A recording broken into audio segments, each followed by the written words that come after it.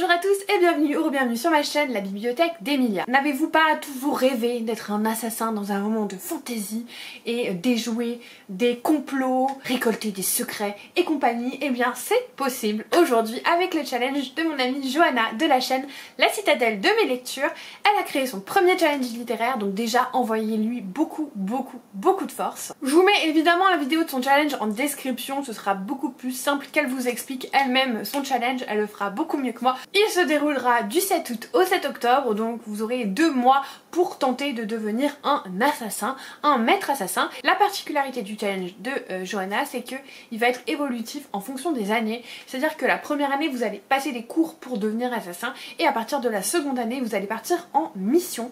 Donc voilà, vous le savez, moi tout ce qui est en rapport avec l'école c'est un petit peu mon dada puisque j'avais fait moi-même un challenge sur les écoles de magie, donc évidemment ce côté scolaire ça me plaît particulièrement. J'ai hâte de commencer ce challenge qui va commencer très rapidement. La particularité majeure de ce challenge c'est que vous avez on va dire un panel de matières communes et selon le don que vous choisissez, vous avez 3 matières supplémentaires. Alors je regarde parce que j'ai pas tout en tête. Il y a 4 dons que vous choisissez juste avant en fait d'avoir les consignes. Vous avez soit un don psychique, divin, élémentaire ou physique.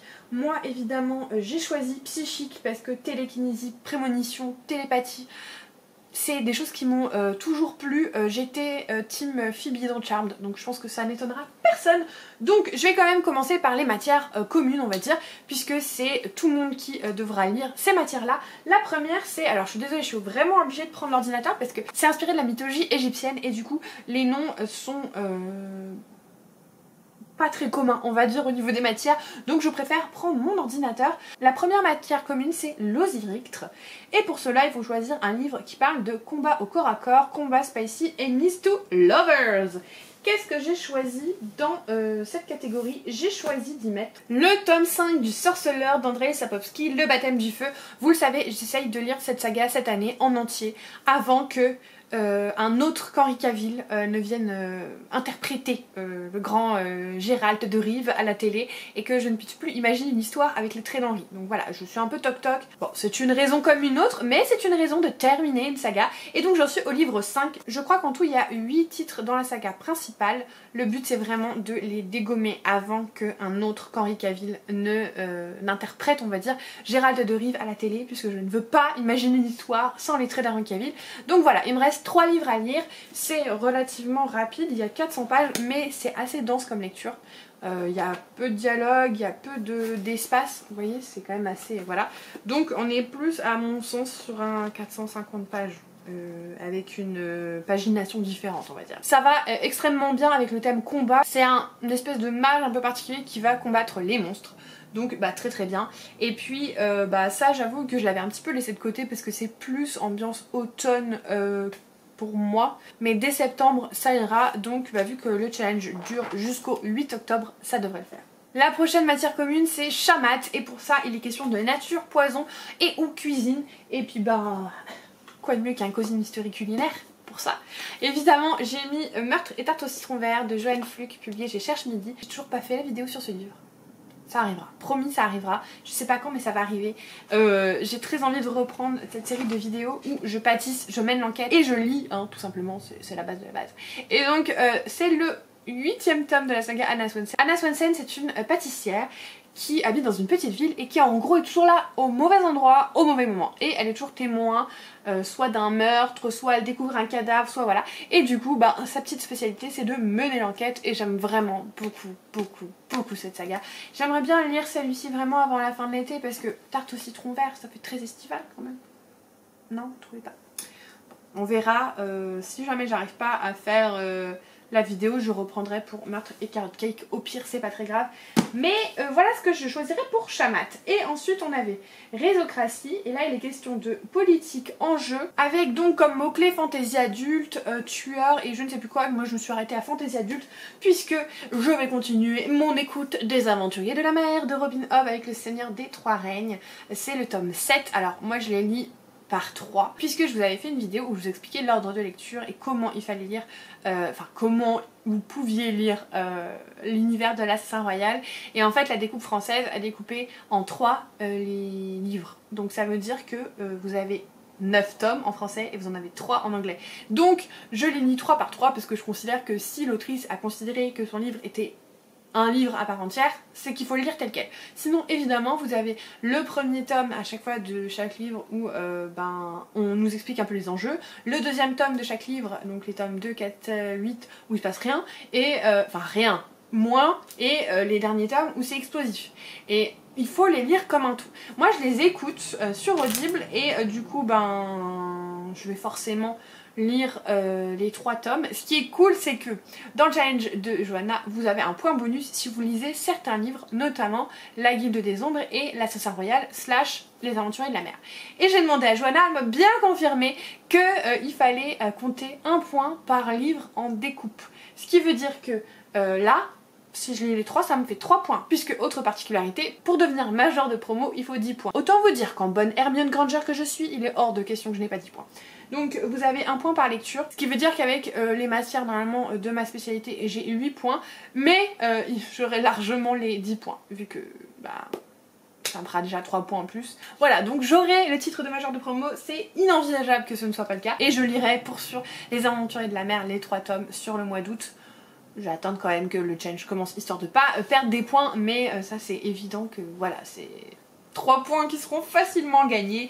Les Aventuriers de la Mer, c'est l'histoire de bateaux qui sont un peu vivants, qu'on appelle des vive-nefs.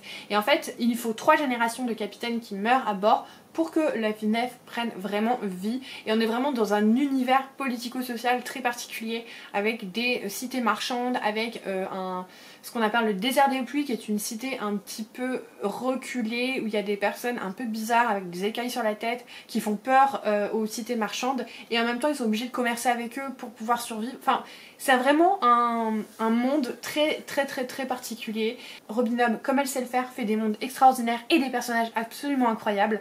Vous allez détester un personnage et ensuite vous allez l'adorer, vous n'allez pas comprendre à quel moment vous avez changé d'avis sur ce personnage, tellement les évolutions sont géniales, et vraiment c'est un univers que je ne peux que vous recommander, c'est mon univers préféré. Et bien que j'avance là, je pense que je ferai une pause après avant de me lancer dans la deuxième ère de l'Assassin Royal, parce que j'ai envie de le faire durer le plus possible, tellement c'est un plaisir pour moi de découvrir cet univers. La prochaine matière commune, il s'agit de Kemet-Acte, et là moi ce que j'ai retenu c'est une arme sur la couverture, mais vous pouviez également avoir de la mafia ou de la fantaisie médiévale. J'ai choisi, alors elle est tout au fond évidemment, hein, sinon c'est pas drôle, La Première Née de Amy Harmon, publiée chez Charleston. C'est la première fantasy qui est publiée chez Charleston. C'est Lucie de la chaîne Lucie Alu qui me l'a offert pour mon anniversaire, et je vous avoue que j'ai très envie de le découvrir. Déjà parce que en non-fantasy, j'avais entendu de très bons échos sur Amy Harmon. C'est une autrice que j'ai toujours voulu tester, et parce que voilà, première fantasy chez Charleston, sachant que j'adore leur ligne éditoriale de base. Très envie de découvrir ce livre, et en plus absolument fabuleusement magnifique. Vraiment, ils ont vraiment mis le paquet pour cette première parution. On est sur un monde quand même très en guerre, avec une malédiction qui fait que normalement aucune fille ne peut naître, afin je suppose de décimer petit à petit la population. Et lorsque tout le monde en fait se bat un petit peu pour devenir le nouveau roi, il y a un prétendant qui arrive au trône et qui va être choisi tout simplement parce qu'il a une petite fille, la première née depuis la terrible malédiction. Et je pense que ça peut être très intéressant du coup de voir la fétichisation un petit peu de cette petite fille qui doit être vraiment mise sur un piédestal, je pense, contrairement à ce qui a beaucoup été pendant longtemps la condition de la femme. Puis encore, voilà, il y a encore pas mal d'inégalités, mais voilà, je pense que ça peut être un roman très intéressant. Ça me fait très envie, et ça je vais essayer de lire du coup pendant ce challenge. Et enfin, la dernière matière commune, c'est la sobanatomie, et là il est question de mort ou de santé mentale, guérison je crois, et moi je suis vraiment partie sur santé mentale, guérison. Vraiment j'ai triché un petit peu puisque j'ai choisi Les Vrais Amours de Taylor Jenkins Reid, chez Charleston aussi, tiens. J'adore Taylor Jenkins Reid, vraiment c'est une autrice que j'adore, donc je suis très contente. C'est aussi un roman qu'on m'a offert pour mon anniversaire, c'est Mira cette fois-ci qui me l'a offert, et donc là on va suivre Emma Blair qui va subir un drame, c'est-à-dire que son mari va mourir dans un accident d'hélicoptère, et pour surmonter en fait son deuil, elle va partir dans sa petite ville natale et reprendre petit à petit goût à la vie. Et du coup, côté deuil, mort, reconstruction et tout machin, je trouve que ça marche plutôt bien en fait. Donc voilà, c'est un livre qui est pas très long, il fait 361 pages. Il y a un film qui a été fait avec Philippe Assou, qui est l'interprète original d'Eliza Hamilton dans la comédie musicale Hamilton, mais je n'arrive pas à le trouver, donc voilà, on verra. Peut-être qu'une fois que je l'aurai lu, je pourrai le trouver, je ne sais pas. Mais en tout cas, c'est ce que je dirais pour cette matière. Et ensuite, en don, je vous avais dit que j'avais choisi les dons psychiques. La première matière, c'est la Sobekryptie. Et là, il est question de fuite, je crois, de personnages en cavale, de non-dits, d'infiltration. Et pour ça, j'ai choisi un livre qui allait me rapporter un point bonus, même 2, si je lis la deuxième partie. Et me connaissant, je lirai la deuxième partie parce que si c'est un livre en entier en 2 parties. Il s'agit évidemment de la Guilde des Ombres, le tome 2 d'Anatrice, donc le don de vie, partie 1, mais je lirai la partie 2. Pour Rabel Panama, c'est notre héroïne, elle a des capacités un petit peu particulières, elle va rentrer à la Guilde des Ombres assez jeune, et va être, on va dire, entraînée et prise sous l'aile d'un gros con, hein, disons les termes, voilà, que je déteste, qui abuse d'elle, et à la fin du premier tome, elle s'échappe. Et donc, du coup, là, on est sur, dans le résumé, hein, Panama Carswell, l'ombre exilée de Clepsydre. Personnage en cavale. Moi, je trouve que ça marche parfaitement. Johanna m'a dit oui, de toute façon. Il est évident que pour le challenge de Johanna, j'allais mettre la Guilde des Ombres. Je veux dire, c'est évident. Ça arrivera dans une vidéo un petit peu particulière. Pour comprendre, il faut que vous regardiez le vlog qui sortira le 14 août, mais je vous en dis pas plus. Mais en tout cas, ça c'est un livre que de toute façon j'avais prévu de lire, donc évidemment que si je peux le lire pendant son challenge, c'est encore mieux. Et écoutez, la Guilde des Ombres, moi j'avais bien aimé, pas un coup de cœur, mais j'avais bien aimé le tome 1. En fait, la seule chose qui m'avait vraiment gênée, c'est la relation entre Camar et Panama. Je crois qu'il s'appelle Camar.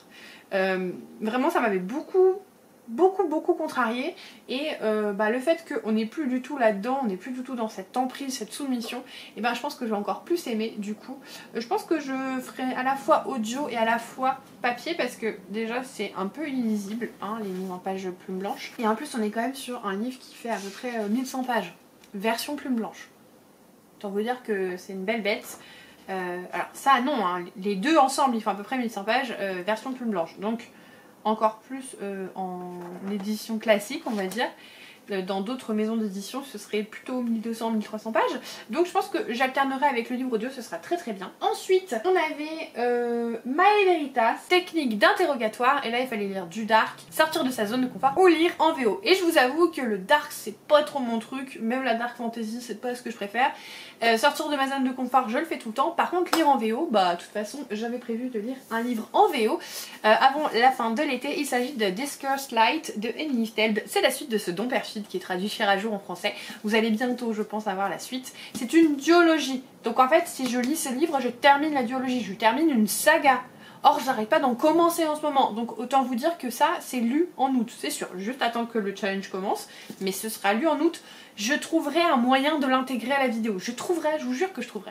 À la base, ce Don Perfide, c'est l'histoire de Alessa, qui est une finestra, qui en gros a des dons un peu particuliers. C'est-à-dire qu'elle est censée être le canalisateur des dons de son futur mari, qui sera donc le roi, pour pouvoir gérer des invasions de bête très bizarre, une espèce d'apocalypse monstrueuse, on va dire. Et le problème, c'est que Alessa, toute personne qu'elle touche meurt. Donc on en est à son 3, 4e, 5e, je sais plus, mari, quand elle rencontre Dante, qui devient son garde du corps, et je vous en dis pas plus, mais c'est exceptionnel. J'adore. Pourtant, je m'éloigne du YA fantasy, je n'aime pas forcément les romantasy, enfin pas toutes, mais ça, c'est chef's kiss, donc vraiment j'adore cette saga et j'ai très envie de terminer cette duologie, donc ce sera fait pour le challenge de Johanna. Et enfin, la dernière catégorie, c'est baptisme avec protection mentale, et là il est question de cosy ou livre favori, relecture. Alors je vous le dis, j'ai triché, je n'ai pas mis mon livre favori, j'ai mis une de mes autrices favorites. Mais c'est pas un livre cosy, mais c'est un livre qui va me faire sentir hyper bien, donc je trouve que ça marche. Et puis de toute façon, je fais ce que je veux. Il s'agit de Love Theoretically de Alice Elwood, publié chez Hauteville, que j'ai gardé spécialement pour cet été et que je pense que je vais me régaler de lire. J'ai très hâte. C'est comme toujours une romance universitaire dans le milieu scientifique. Enfin, universitaire, je sais plus. Mais en tout cas, dans le milieu scientifique universitaire. Et là, on va être au MIT avec Elsie et George. Je veux pas en savoir plus. J'adore ces livres, j'adore ces histoires, j'adore cette plume. Vraiment, j'adore Ali Hazelwood. Pourtant, je suis pas hyper fanat de romance, mais cette autrice de romance, je l'adore. Et donc, je suis très contente de pouvoir lire ça pour le challenge de Johanna. Vous avez vu, il y a quand même pas mal de livres que je suis censée lire en août. 1, 2, 3, 4. Oh, ça va. 5. Oh, en vrai, ça va. J'arriverai à les caser. Je vais tout faire pour les caser en tout cas, mais voilà, ce sera le programme pour ce challenge. Et on arrive à la fin de cette pile à lire. Comme je vous disais, j'ai des points bonus avec la guilde des ombres, normalement, avec les aventuriers de la mer. J'ai choisi le don psychique. Je compte bien être major de promo. Et puis voilà. Et puis bah, je vais devenir une assassine. Et puis j'ai déjà hâte de savoir, alors que ça n'a même pas commencé, qu'est-ce que nous réserve Johanna pour les missions d'assassin. Vraiment ça. Surtout qu'en plus, je pense, la connaissant, que ce sera en lien avec le don qu'on a choisi. Donc j'espère que la quête du don psychique sera absolument palpitante, mais j'en doute pas avec Johanna. N'hésitez pas à aller lui donner beaucoup de force, c'est son premier challenge, il faut la soutenir. Et puis elle a fait un très gros travail au niveau des templates, au niveau de l'histoire, au niveau des matières et tout. Donc n'hésitez pas à aller voir sa vidéo, que je vous rappelle j'ai mis en description, pour découvrir son challenge. Ça commence le 7 août, donc c'est tout bientôt. Et puis voilà, on lui donne plein d'amour et plein de force. Et puis j'espère que cette vidéo vous aura plu. Je vous remercie d'être resté jusqu'au bout. Si vous êtes toujours là, n'hésitez pas à mettre un petit emoji dague ou épée, enfin un truc un peu assassin quoi. Et puis si vous n'êtes pas encore abonné, n'hésitez pas à le faire, mettre un petit commentaire et un pouce en l'air. Et comme d'habitude, en attendant la prochaine vidéo, je vous souhaite de merveilleuses lectures et je vous fais des bisous.